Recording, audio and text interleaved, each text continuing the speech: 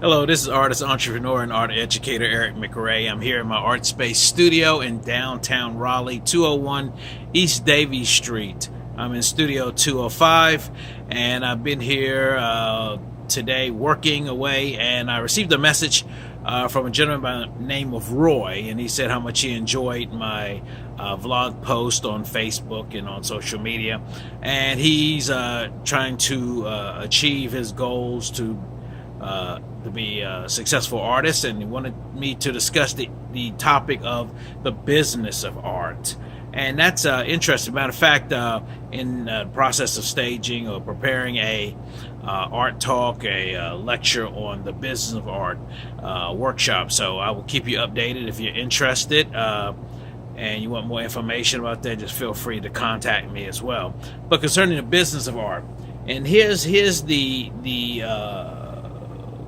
big secret, the revelation that anyone who talks about the business of art, because a business is about profits, a business is about providing something to someone else. A business is something that has structure to it, that has goals and objectives, and the what it takes to be successful as a working artist is you have to make the decision to be a business. And that's a dirty word to some artists because they feel that they've taken some kind of vow of poverty, or they have chosen to be these misfits or outcasts, or these renegades, these people who don't play by the rules, and they dance to the beat of their own drum, and that's perfectly acceptable if they choose to do that. And that's part of that expression of the art for art's sake, and the starving artists and all these things. But if you look at historically the history of art, as a matter of fact, a friend of mine, Paris Alexander, loaned me a book years ago called Art and Money, but it went from Greco-Roman society all the way to the modern era, and they talked to everybody about everybody from Michelangelo, Rembrandt, Peter Paul Rubens, Picasso, Matisse, Warhol. None of those artists became successful by accident. Claude Monet, not one of them became successful by accident. All of them were artists that became very successful in their lifetime, became quite affluent, and achieved a great level of public notoriety that has lasted, in some cases, 500 years, in case of Michelangelo and those artists going back to the Renaissance. So a big part of being successful as an artist is first making the decision to choose to be a business and choose to be successful, and define success in terms of exposure, monetary gain, providing something to others, a joy to someone else's life. Is not just a total self-indulgence of and that's okay if you're looking at that as a hobby, or you're just a fine artist who has no concerns about any type of monetary reward for your work.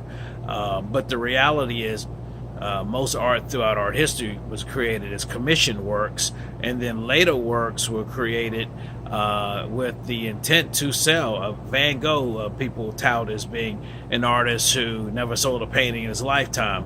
I don't know if that's 100% true, but he was a horrible businessman, and his brother was too.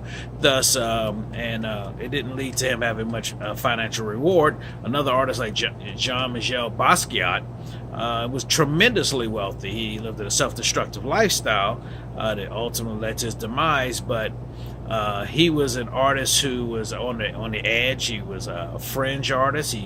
He was cut from a different piece of cloth, but yet he knew how to work his career and build a very successful career, and kept company with Andy Warhol, who was definitely a business person. Andy said he started as a graphic artist, and then he became a pop artist, and then he said, I am a business artist, and he said business is the greatest art of all. So don't be ashamed that you want to be successful, Roy, and that you do want to be make a living from your work. I saw a gentleman carrying huge bottles of water from Crystal Spring into a building one day, and I never thought to walk up to him and ask him, do you do do you do this for free? I've never thought to ask my doctor when he's examining me, do you do this for free?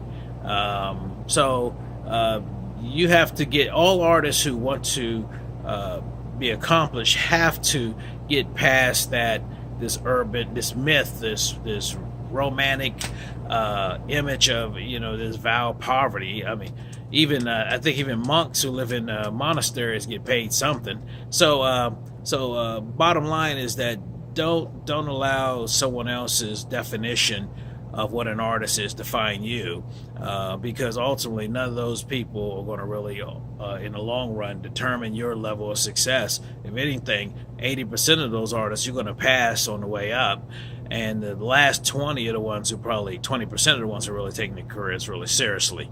So there you go, Roy. Keep the questions coming. I'm on Facebook, Twitter, Instagram, what else? YouTube. Follow me on YouTube, Eric McRay on YouTube, and follow, subscribe to my different platforms, and let's keep in touch. Take care. Bye.